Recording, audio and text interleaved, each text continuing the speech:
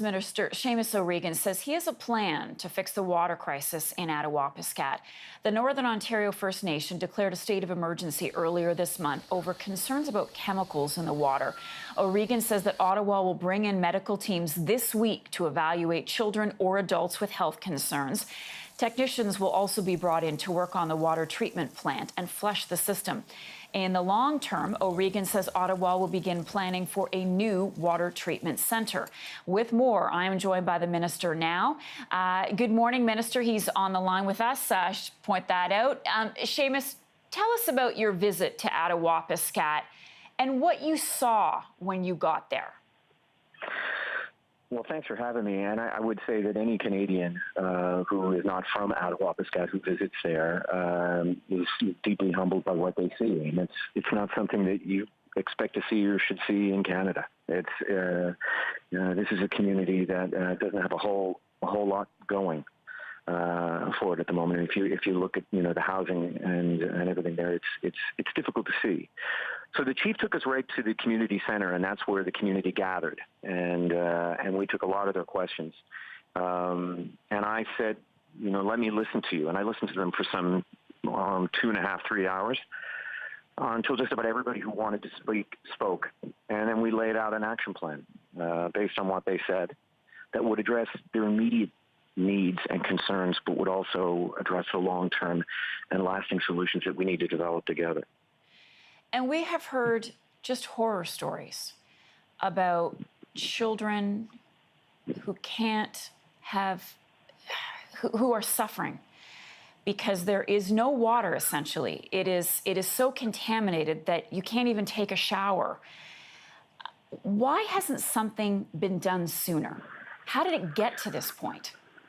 Well, let me just go back and lay out for you exactly what we're going to do now, and then we can talk a little more about THMs and what's going on. But so in the short term, what we said is we obviously need to build up the trust in the water supply. So we're going to bring in extra medical teams to come in and evaluate kids and evaluate any concerns that parents and other people have in the water system and how they feel it may be affecting their community and their families. We're going to bring in technicians to immediately look at the water system as it is to make sure that we can flush out any areas in the system within the community that have higher levels of THMs.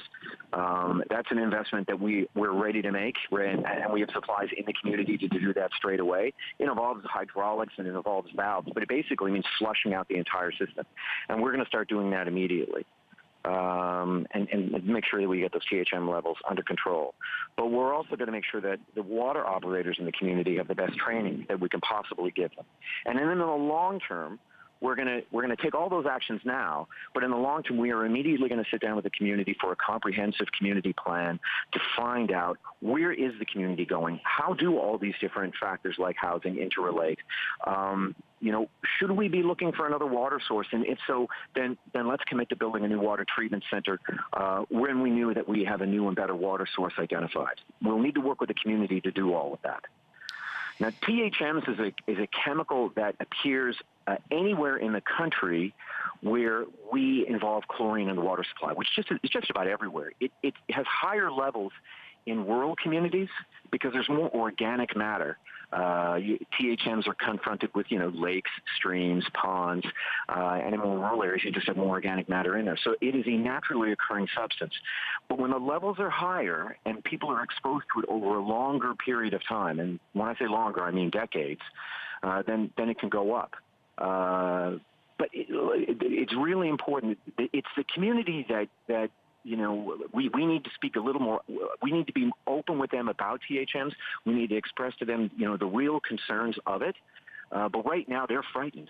And when I think anybody in Canada can relate. When you are frightened of your water supply, that is very real. And we have to work with the community to let them know the real effects of what's happening, and to assure them that we will get this under control. Okay, under control and a permanent solve. Perhaps two different things. Are you confident that this community won't be having this same problem a year or 2 years from now? Are you committed to a permanent solution?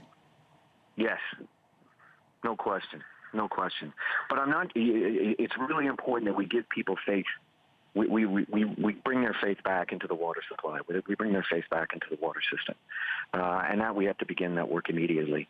We need to build trust. And I think going into the community, there were signs that were there saying no more Band-Aid solutions. And I said, look, I hear you loud and clear. But the feeling was that if we started work on the $1.5 million improvements to the water treatment center as it is, and the pipes and flushing out the system, that we were satisfied with that. And I assured them that we are not satisfied with that.